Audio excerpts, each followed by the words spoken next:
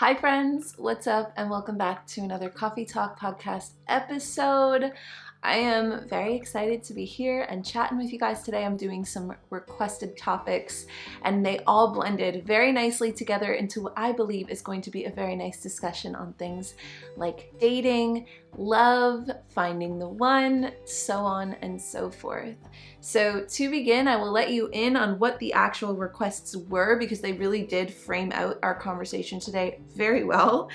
Two of them came from the members Discord. The first saying, I would love to hear Kalyn's perspective on dating after dedicating the time to heal and grow. I'm still in the beginning of that journey and getting back out there seems kind of intimidating. Another request came in that said, I would love to hear you discuss the patience in life and trusting that where you end up and who you end up with is where you're meant to be. And the third request that came in that said, yes, I would also love to see this and also a bit about what it's like to be in a relationship with someone you think is the one, in quotations. It's very rare that people open up about how it is to date someone you know you're going to spend your life with. Maybe have a list of like, hey, this is how you know you're actually comfortable with this person, if that makes sense. And there were multiple hearts on all of those requests. So I've combined them today, sat down to just kind of point form some things I wanted to say about each of those requests to blend it into today's Summer Lovin' Chat. I say Summer Lovin' Chat because as I mentioned in the last coffee talk, our conversations for the month of June are themed around summer, although they're timeless. You can tap into this at any time. But I did make a nice tropical drink again to join you today, to sit with you and chat as if we're two friends over legitimate drinks. So cheers, friend, and let's dive in. I'm literally gonna go in order of those requests because I actually feel like they also blend one into the next so nicely. So the first being what it's been like to date, or what it was like to date after taking time to heal and to grow. Oh boy, I really had to sit with this one because I had to go back to that place, go back to the place I was when I started dating again after taking time. When you don't do what you're supposed to do, how the universe has a very tricky way of kind of backing you into a corner so you have to do what you're supposed to do. That's sort of how that healing journey went for me. There was a point where I started being very intentional about not seeking out any potential prospects or even just like someone to have fun with. Like I just kind of stopped. But at the beginning I wasn't stopping. I was looking for any kind of distraction to more so numb the feelings that I was having at the time, which was a lot of heartbreak. And the heartbreak, or the trigger of that heartbreak, was a sticky situation because I think it was meant to be a catalyst for both of us to change. Like I don't think we were actually meant to be in each other's lives, but it was a very deep connection, and it woke us up to, or I guess I can only ever speak for me, but like it definitely woke me up to a lot of wounds that I needed to heal that had nothing to do with that person and a lot to do with my own family trauma, childhood trauma, and attachment style and attachment issues. I am somebody that once would have definitely identified with struggling with avoidance attachment, if anybody knows attachment styles. And this was the first person that didn't feel safe to me, and it highlighted all of these things for me. And so I really wanted to figure that out, even though it sucked at the time. Getting back into the dating pool after doing some work and spending some serious solo time, it was refreshing because it was like dating in a whole new way that I hadn't before.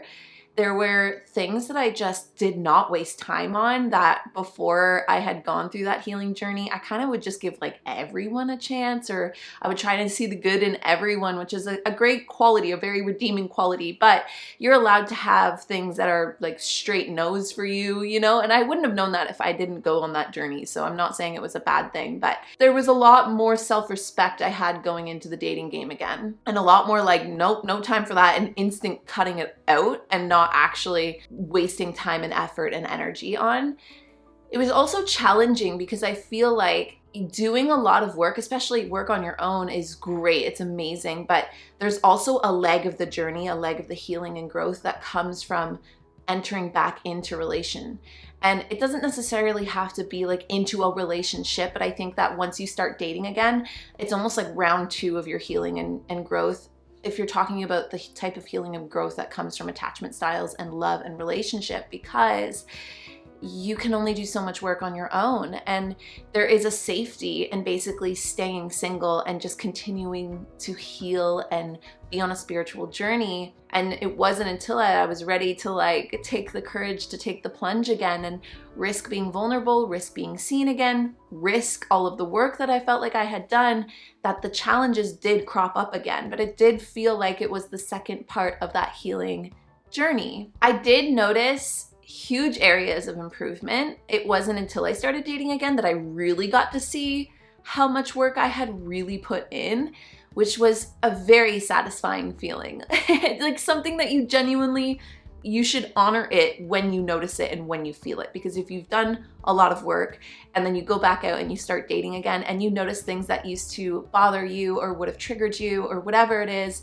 not getting in your way anymore, then definitely don't bulldoze over that or just like, whatever it, because I think that you should take the time to be like, you know what, good on me, because like you will notice big giant areas of improvement. I didn't feel like I was floating around just trying to find somebody that could be a match. I felt like I was staying firm in who I was and was able to allow things to, in a sense, come to me. I was able to receive energy, and not in a toxic way of being like, oh my gosh, don't chase anybody, everybody should be chasing you, but just more so, I was more grounded and affirmed in who I am, that it didn't feel so up and down and all over the place and like emotional to get back into the dating world. Before I found my boyfriend now, I dated about 3 people before him, in and amongst after the healing portion or the deeper healing portions.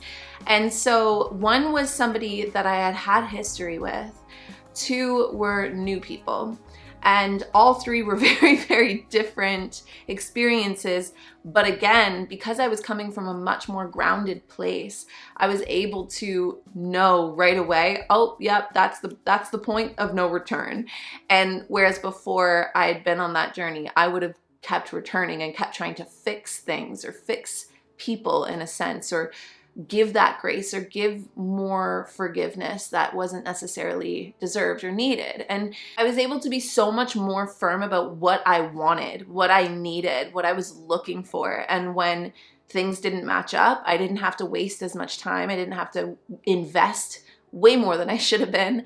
And I was able to just be like, all right, that wasn't it. Let's try something else. Or when I wasn't getting what I knew I deserved, I would be like, all right, bye. Like, it's not personal. We clearly are on different pages or want different things. I've done way too much work to respect myself, to allow myself to basically disrespect myself in order to spend more time with this person. Like, I think especially too, because being alone can sometimes make you feel or tempt you to lower your standards. Because sometimes being lonely or feeling lonely can hurt more than being with somebody that doesn't treat you 100% right. But that's, again, part of that growth and healing journey that I would have much rather have been alone, even when it freaking sucked. And let me tell you, it sucked. There were very, very many lonely nights, and nights where I was still in that healing journey, but just wondering when my person was going to come around, be someone I could just watch a movie with after dinner, or just do the simplest little things with. And part of the healing journey was being able to even honor that feeling. Because there's a lot of messaging out there that tells, especially women, that it's weak to want relationship. It's weak to want connection to somebody else, that you should be able to be totally fine on your own. And let me tell you, yes, you can be totally fine on your own. I was fine. I was doing all right. I could make dinner and watch movies myself, but there is literally nothing wrong. In fact, it makes a whole lot of sense to feel a sense of yearning for that type of companionship, for that type of company, for somebody to spend the end of your day with, to ask about how your day went. And so I don't really buy into that messaging that you're supposed to be like so independent and so your own person that you don't need anybody else. Like, I don't think that that's necessarily something to like hold a badge to, unless you genuinely are the type of person that like can thrive on that. But personally, I'm not. I am definitely a deep connector. I feel nourished when I'm in deep connection. It will be challenging. I get why you're feeling like it might be intimidating, but you are gonna notice, 1, big strides that you've made already. 2, I'm assuming that on your healing journey, you've been able to deeply and profoundly get to know yourself more, so you're not gonna, take any bullshit or waste your time. And 3, that it really is gonna be the second portion of your healing journey, because once I did find somebody, in even those relationships before, I was able to do a little bit more healing in those ones too, but it was really until I found my partner now that I was able to do like the big things, like the trust stuff, like allowing myself to safely attach. And not, I don't know, attach is a tricky word because I don't think we're actually meant to necessarily attach to anything, but I mean more so I was able to safely allow myself to be vulnerable and to feel things for somebody and receive that energy in return and receive that help or just like companionship in return and feel safe in that. You've already done a lot of the work, and so I'm gonna take a wild guess that once you do get back out there, it will gift you or guide you to exactly what you're meant to find or do or experience next, be it the right person or a great person for you, or be it a little commingling, dating around a little bit and getting to test the waters of the different things that you've healed and grown with. Which leads me very nicely into the second request, which is how to have patience and trust that you're gonna end up with the right person and in the right place in your life. Oh my Lord, I wish I could go back and give myself the patience and trust, because I will tell you, the journey to where I've landed today was not graceful. It was not sunshine and rainbows. It was not full of trust and understanding that I was gonna get to where I've landed. In hindsight, I'm able to learn a lot and process it a lot through the new lens I have and be like, oh, okay, I can see it now. I can see how the path led here. But when you're still walking the path, I can totally understand how it feels so hard to trust and hard to be patient. My number one tip would be to intrinsically validate what you're doing and validate yourself along your own journey instead of looking for that validation externally. I consider myself to be a spiritual person, and even as a spiritual person, I think that there can sometimes be kind of some trapdoors in trying to affirm or validate that you're safe to trust or you're safe to be patient, that the right thing is coming, and like you want a psychic to tell you, or you want, some philosopher to tell you, or you want tarot cards to tell you, or you want an author to tell you, or a book to tell you, or someone to just like randomly bump into you on the street and have a powerful feeling that you're gonna be okay or you're exactly where you're meant to be. And I get that because I totally have felt those feelings before. But if you can actually sit with that feeling and being like, oh, I am in my fear state, I'm in my fight or flight, I am looking for external validation that I'm gonna be okay. It's not something you can just flip a switch with, but just try your best to work out the muscle of validating yourself internally. And how you do that is by trusting your intuition, not anybody else's, not some psychics, not some philosophers, not some books. And like, the thing is that you can use those tools. And I don't mean for this to go down a spiritual route, but just for anybody that is into the same things, like you can totally use those tools. I'm not saying don't use them or don't look to them, but you still need to filter it through your own intuition and affirm with your own intuition. Nobody else can do that for you. And again, let me reiterate how messy it all felt, but I still just kept walking and trusting my intuition. And when I say it felt messy, I mean, it felt like my entire life was falling apart and I was a wreck.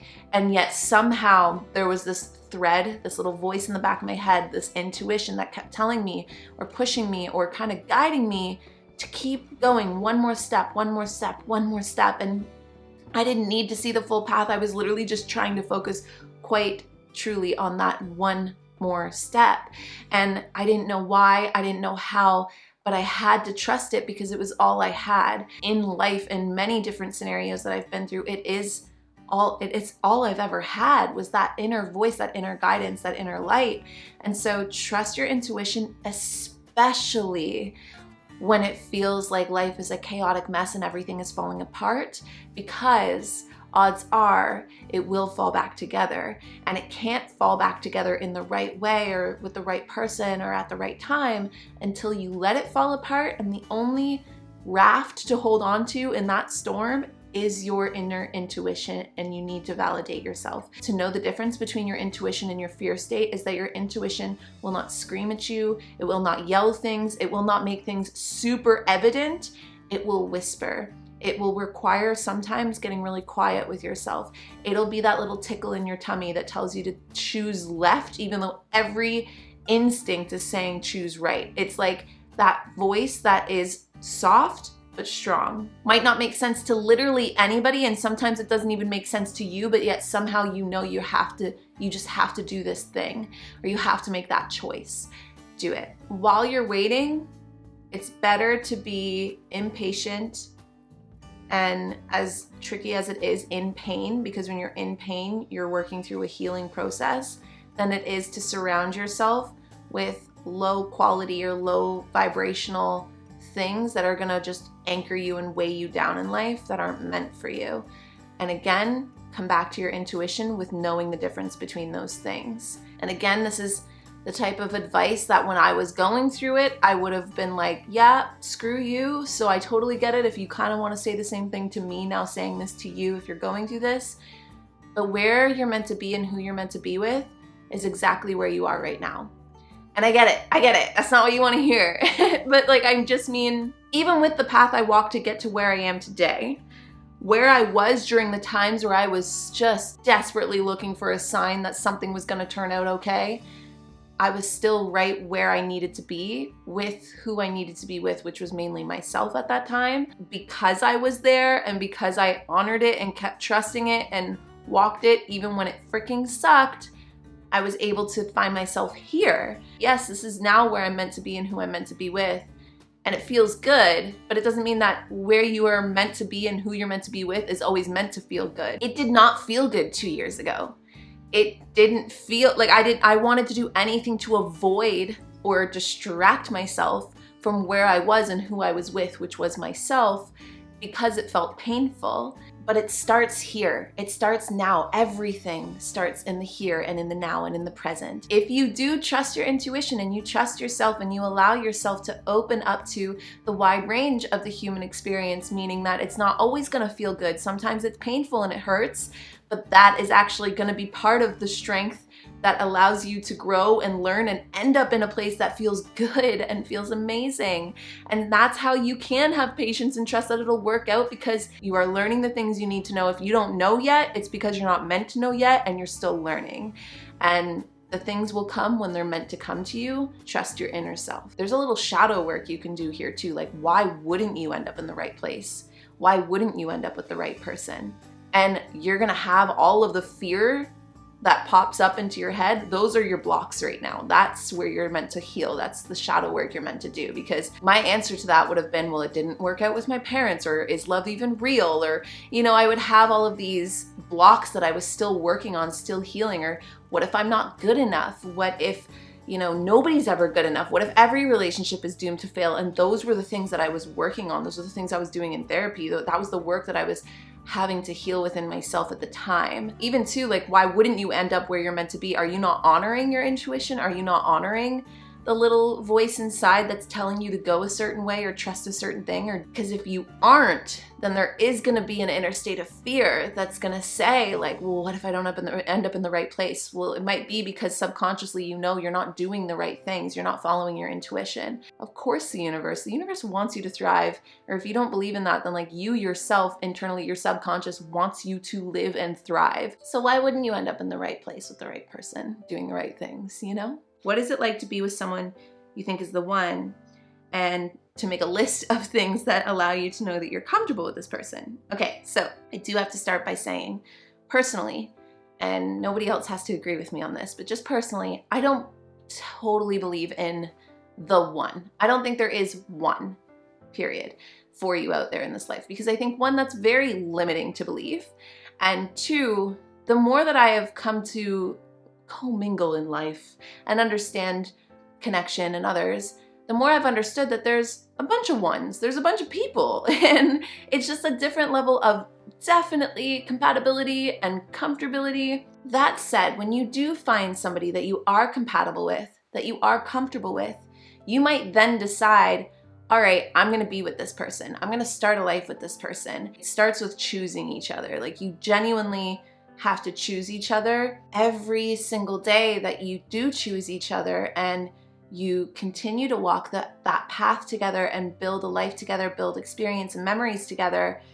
It grows stronger and it grows more beautiful, and you become way more comfortable and compatible, perhaps way more than anybody else on the planet, because of the work you put in together. If I were to list it, which I did for you, by the way, but when I listed, okay, how do you know, or at least how do I know when I'm comfortable with somebody? These are the things that I wrote down. The first was when you can be yourself without the worry or facades. You know, when you first meet somebody, especially someone that you're interested in, and like you want to show them all the best sides of yourself. I don't think that that's necessarily a facade, but it's more so like the facade that you have zero flaws.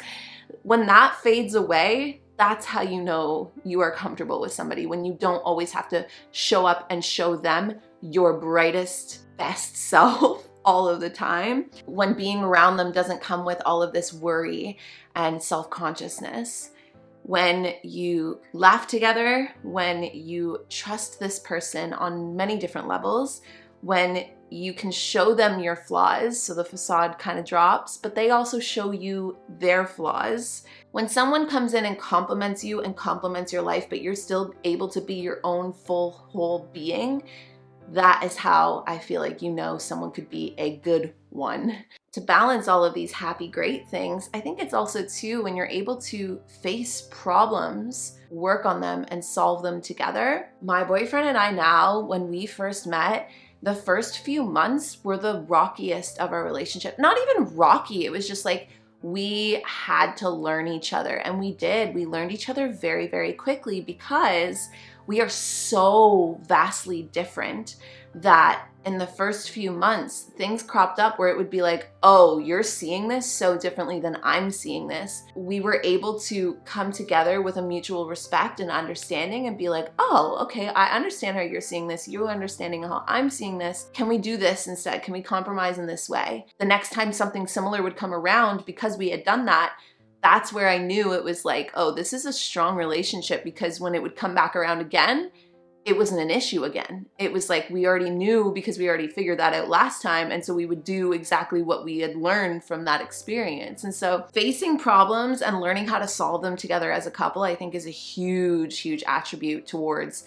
long-lasting love and long-lasting relationships. And also just like letting somebody see you at your worst. That's when you know you're really comfortable with somebody. And seeing you at your worst means like maybe something really sad happens, or you're having a horrible day, or you don't feel like you're physically looking your best that day, or whatever it is. Camping was one of those things that I feel like it was like, okay, yeah, I can't really hide when I'm camping. Also, pregnancy has been one of those things where I'm like, well, my body's doing all kinds of weird things now, so get used to it. Living together, things like that, where they see you at your best and they see you at your worst. And even though it's uncomfortable to show that side of you, they make you feel comfortable in it.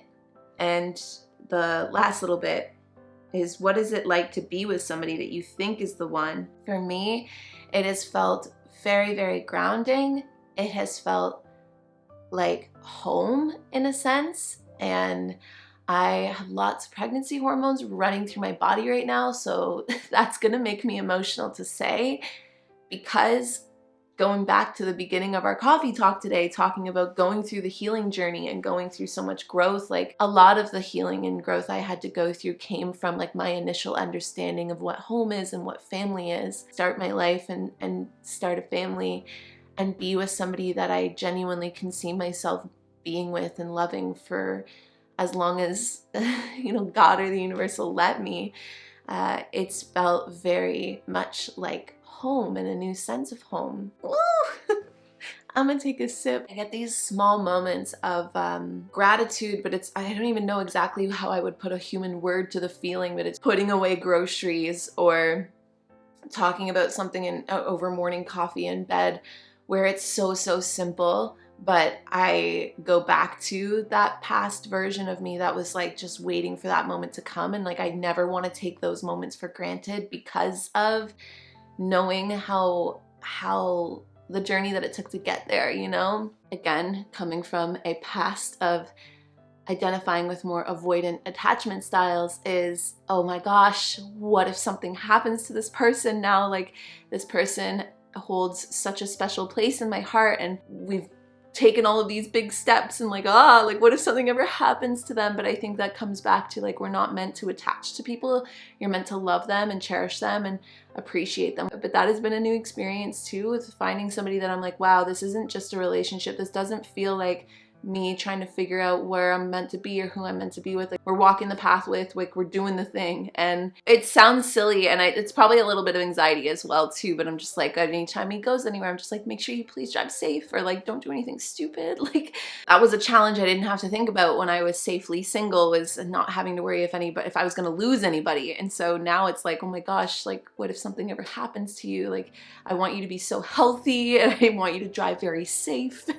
So that's a new feeling. I still feel like I have little areas that I can work on as well, and that's one of them. To me, it hasn't felt like this overwhelming, powerful thing. It's actually felt like this very grounding power, this very comforting power. Even just with what my job is, with what my career has been, I don't feel a need to like, you know, push us all over social media or share so much of it. It's like, I feel even a weird sense of sharing as much as I've shared just in the last few minutes here, because it feels more so like it just is. It's just a state of flow.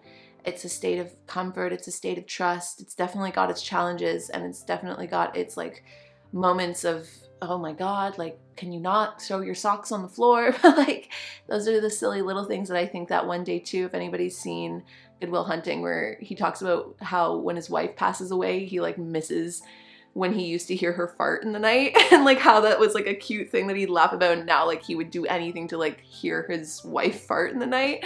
That's what I think of. I'm like, I see the socks on the floor, and I'm like, but then I'm also like, oh, what if a day ever came where I would just miss knowing that you existed and you kicked your socks on the floor? I can't talk about stuff like that while I'm pregnant. That's so sad. Oh my gosh, I'm gonna stop here. That was so unnecessary, but like, that's what it feels like. Like, that's how you know it's love. I don't think that you're meant to like deeply attach to people. You come to this life on your own, you leave this life on your own, and everything in between is such a blessing. Even when it feels like a curse at times, throughout all of this, throughout every step of the way. And it might be different for you. Actually, it very well will be different for you, because we're all so different. We're all on such unique paths, and we all have such unique experiences, and we express our love in different languages, and we receive our love in different languages, and we have different types of interests or relationships that we seek out. Maybe you're polyamorous, maybe you are into the same sex, maybe you're into, I don't know, maybe you're not even someone that's looking for a romantic partner, but you're just looking for like a life partner. Maybe you're someone that's not interested in things like sex. Maybe you are someone that's only interested in things like sex. Like, it's really down to what love is to you and how it expresses itself to you. So it will be different for all of us, but I think you just know when you feel grounded in who you are, and you feel safe in who you are, and you feel home within yourself and with the people that you've chosen to be in your life. I don't think we can really know that definition by anyone else's terms, but that's what it's felt like for me.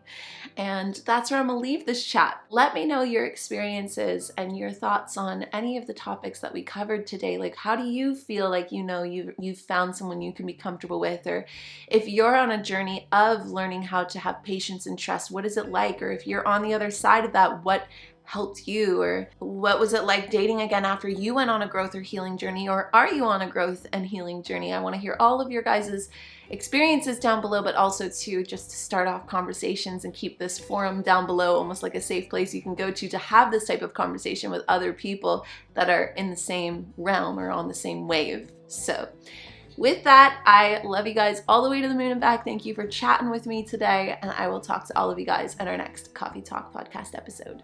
Bye, everyone.